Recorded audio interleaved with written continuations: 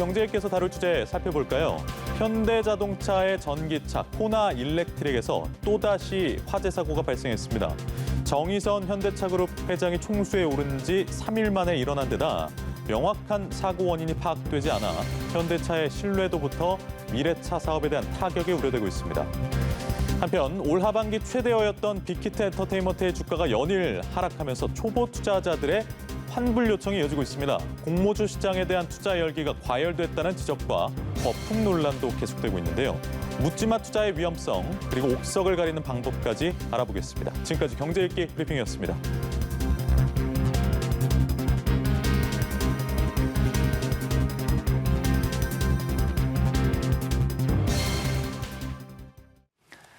네, 보다 자세한 내용은 김대호의 경제일기에서 확인해 보겠습니다. 김대호 박사 자리하셨습니다. 네, 어서 오세요. 네, 반갑습니다. 네.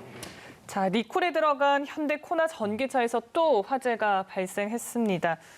현대차는 사실 2025년까지 전기차 23종 선보이겠다라는 계획까지 밝혔는데 악재가 계속 겹치는 모습이에요. 네, 참 안타까운 일입니다. 남양주 주민센터에서 충전 중의 이 현대차 전기차 코나죠. 코나에서 또 화재가 발생을 했습니다. 현재 현대차 코나에서의 화재 사건은 국내를 통틀어서 이번이 벌써 14번째고요. 네. 특히 최근 들어서는 일주일에 한 번씩, 3주에 3번이 생겼습니다. 이렇게 똑같은 화재가 반복되는 것은 전기차 역사에 그 전례가 없는 일인데요.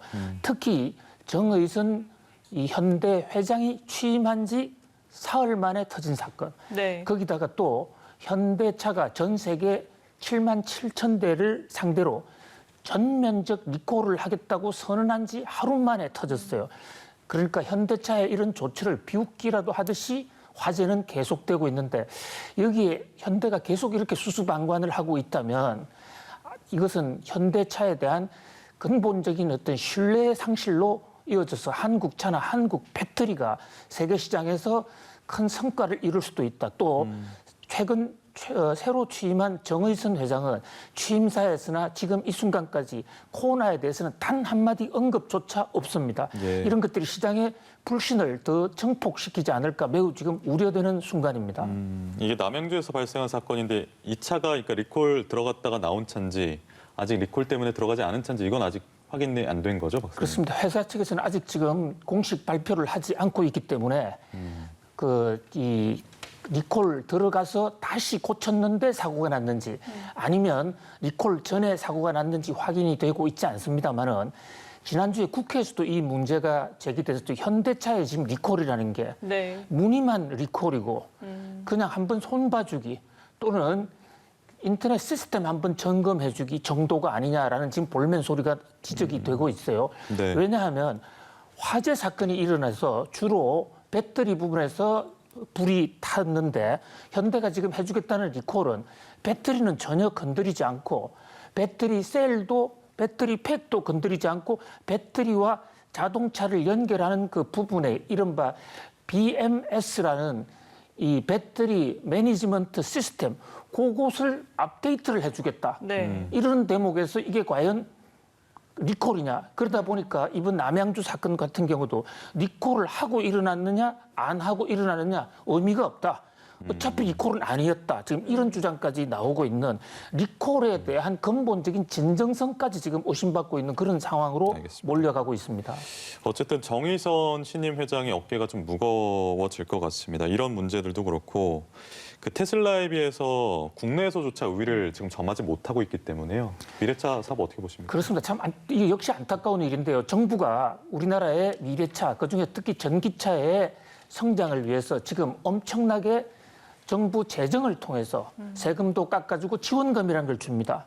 그런데 국내 시장에서의 지금 그 전기차 판도를 보면 자 그래픽에 보시면 한쪽은 급격히 올라가고 있고 한쪽은 급격히 떨어지고 있죠. 네. 왼쪽에 급격히 올라가는 것은 국내에서 팔리는 외제 이른바 테슬라를 비롯한 아마도 외제 테슬라, 전기차고요. 오른쪽에 급격히 추락하는 것은 우리나라 전기차예요. 코로나를 비롯한 각종 우리나라 전기차는 정부의 압도적인 재정 지원에도 불구하고 오히려 감소하고 있거든요. 그래서 정부의 재정 지원이 국민 세금을 통해서 전기차를 지원해 주겠다는 게 결국은 우리나라 업체는하고는 전혀 관계없는 미국의 테슬라만 먹여 살린다. 이래서 국회에서도 지금 심각한 문제가 제기되고 있는 것입니다. 네, 아직 뭐 원인이 명확하지는 않다고 하지만 안전에 대해서 좀 명확하게 밝힐 필요가 있을 것 같습니다. 좀 확보가 돼야 될 것 같고요. 이번에 삼성 얘기 나눠보겠습니다. 이재용 부회장이 글로벌 현장 경영을 강행하고 있습니다. 유럽 출장 다녀온 지 닷새 만에 오늘 베트남에 찾아서 내일은 또 총리와 단독 면담을 할 예정이라고요. 그야말로 동에서 번쩍 서에서 번쩍이죠. 보다 구체적으로 말씀드리면 네. 저쪽 유럽에 갔으니까 서에서 번쩍, 이번에 남쪽으로 갔으니까 남에서 번쩍 이런 네, 형식인데요. 그러네요. 지금 베트남으로 떠났죠. 베트남은 삼성으로서는 상당히 각별한 의미를 지니고 있는 곳입니다. 지난번에 네덜란드에서는 반도체 만드는 그 기계 이런 구체적인 디테일 산업이었다면 이번에 이 삼성의 이 베트남 이재용 부회장의 베트남 행보는 삼성의 미래 전략하고도 관계가 있을 것으로 보이는데요. 지금 삼성전자의 종업원 기준으로 볼 때 삼성전자가 쓰고 있는 종업원, 삼성전자에서 근무하고 있는 종업원의 약 80%가 베트남 사람, 베트남에 근무하고 있습니다. 국적은 뭐 관계없이 말이죠. 그런 면에서 사실은 어떤 면에서 적어도 생산 단계에서는 삼성전자가 베트남의 의존도가 가장 높다고 볼 수 있고요. 또 거꾸로 베트남 입장에서 볼 때 베트남 국가 GDP, 국민 총생산의 20%가 삼성전자로 인해서 삼성전자의 생산이나 삼성전자가 주는 급여와 그로 인한 소비에서 발생하고 있거든요. 그런 면에서 베트남이라는 정부 입장에서 볼 때도 삼성은 베트남의 운명을 좌우한 네. 그런 면에서 베트남의 총리와 이재용 이 회장의 부회장의 만남이 이번에 4번째인데요. 지금 다음 주에 국정농단 재판이 있지 않습니까? 네. 재판이 있음에도 불구하고 저렇게 간다라는 것은 이제 두 베트남 총리와 삼성 이재용 부회장 간의 약속이고 또 거기에 큰 어떤 이 두 나라가 윈윈할 수 있는 새로운 프로젝트가 나오지 않겠는가 세간의 네. 기대가 적지 않은 상황입니다. 그동안 사실 베트남에서는 반도체 공장을 좀 지어달라 이렇게 러브콜을 보냈었는데 혹시 뭐 이와 관련해서 좀 어떤 답변이 있을지요? 그렇습니다. 삼성전자가 그 많은 공장을 지금 베트남에 짓고 또 운영을 해 왔는데요. 네. 대부분이 전자제품, 그 가전제품 또 그리고 이 휴대폰 스마트폰 제품이에요. 그러니까 그것을 실제적으로 그 안에 움직이는 반도체라든지 배터리 이런 부분의 원천 기술 쪽에서는 베트남에서 생산을 하지 않았거든요. 바로 이것이 베트남 쿡 총리의 삼성을 향한 어떤 메시지, 삼성의 구애를 하는 이 지금 말씀 주신 대로 좀 베트남에도 반도체 공장을 좀 지어달라. 그리고 반도체 기술을 좀 이전해달라. 배터리 공장을 좀 세워달라. 2-3일 전에 저 베트남 현지 언론들은 이재용 부회장이 이번에 총리와의 만남에서 배터리와 반도체 부분에서 베트남의 대대적인 공장 플랜을 발표할 것이다라고 보도를 하고 있습니다만은 네. 삼성 측에서는 아직까지 확인은 하지 않고 있습니다. 그러니까요. 삼성 측도 뭐 반도체 파운드리 쪽으로 투자 계획을 발표했기도 했습니다만 좀 앞으로 좀 봐야 될 것 같습니다. 베트남과의 관계는요. 재계 소식을 하나 더 짚어보겠습니다. 아모레 퍼시픽 그룹의 회장 장녀, 그러니까 서민정 씨하고 보광 창업투자 회장의 장남이 오늘 결혼식을 올립니다. 보광창투의 열렸겠네요. 지금 결혼식이 일단 홍정한 씨가 그 보광창투 장남인 홍정한 씨가 이재용 삼성전자 부회장하고 사촌 관계잖아요. 범삼성가인데. 그렇습니다. 예. 오늘의 이 아모레와 보광의 결혼, 네. 이것은 한국 재벌가의 판도가 또 한 번 합종 연행을 하는 굉장히 의미 있는 큰 행사로 보여요. 우선 신부인 아모레의 서민정 양은 올해 29살인데요. 20대 30 이하로서는 우리나라에서 최고 부자입니다.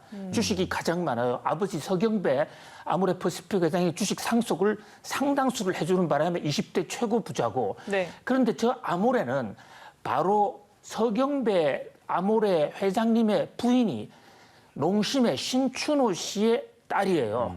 그렇다 보니까 농심을 경유해서 롯데하고 연결돼 있고, 자 이번에 저 신랑 쪽을 보면요, 보광 창투의 지금 총기획실장인데 이분은 잘 아시다시피 홍나희 여사의 조카 아닙니까? 예. 네. 그런 식으로 삼성가하고 연결이 되기 때문에 이번에 두 사람의 결혼으로 인해서 아모레, 농심, 롯데, 삼성이 하나로 연합이 되는 그런 의미가 있고요. 예. 예, 또 이 밖에도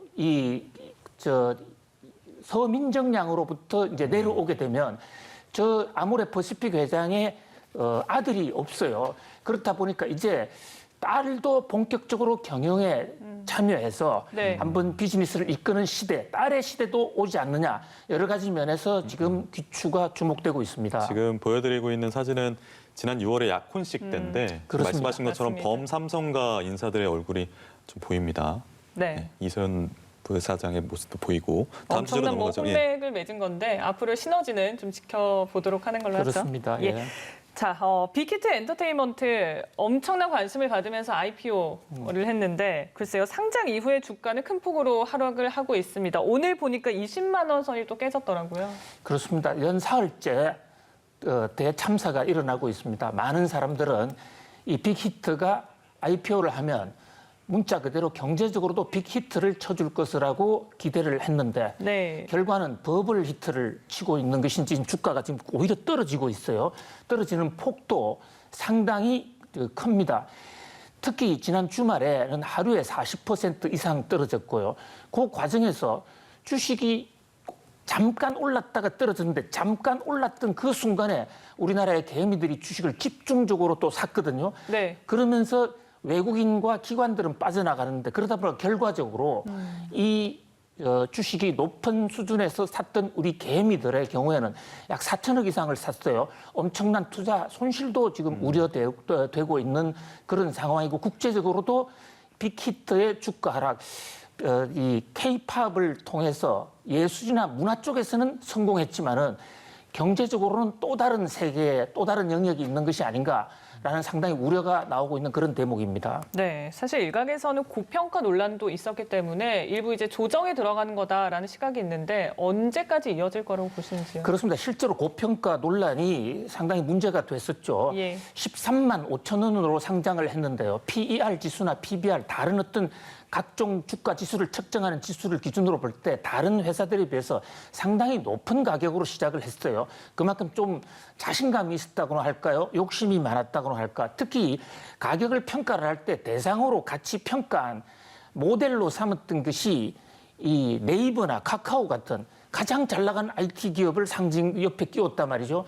그러다 보니까 가격이 우선 너무 많이 높았다. 그다음에 이제 또 하나 문제는 지금 보호예수라고 해서 주식을 상장할 때 공모주를 할 때 일정 기간 팔지 않도록 이 보호예수를 거는 게 있는데 이게 지금 굉장히 짧은 시간에만 걸려 있기 때문에 보름 한 달 내에 155만 주나 지금 터져 나오고 이것은 전체 물량의 15%또 유통 가능 물량의 23%거든요. 이런 것들이 계속 터져 나오면 주가가 떨어질 가능성이 높죠. 물론 보호예수가 풀렸다고 해서 그 소유하고 있는 주주들이 다 주식을 판다는 건 아닙니다. 네. 그러나 이 상장 과정에서 주식 가격을 높여놨기 때문에 그 2차를 노리고 팔 가능성이 좀 있죠. 그래 되면 주가가 더 떨어질 걸 때문에 어느 누구도 뭐 주가는 앞으로 얼마까지 떨어진다, 어느 수준까지 떨어진다 하는 것은 단정적으로 얘기할 수는 없지만은 다른 회사, 이를테면 JYP라든지 네. SM 이런 데에 비해서는 지금 주가가 상당히 높거든요. 그러면 좀 조정을 받지 않겠느냐 그런 생각이 듭니다. 지금 많이 떨어졌는데 아직도 바닥이 아닐 수도 있다는 말씀해 주셨는데 지금 뭐 투자자들 사이에서는 주식 처음 해봤다, 환불받을 수는 없냐, 뭐 이런 얘기까지 나와요. 자, 황당무계한 얘기죠. 주식시장은 다른 어떤 금융상품하고는 완전히 다릅니다. 오로지 본인의 신용으로, 본인의 판단으로, 그리고 이익이 생겨 수익이 생겨서도 올고지 본인 것이지 않습니까? 네. 그래서 이것을 환불 운운하고 인터넷에 올린다는 것은 경제를 전혀 모르는 오히려 이런 분들이 있기 때문에 이런 분이 투자자이기 때문에 주가는 더 떨어질 수 있다.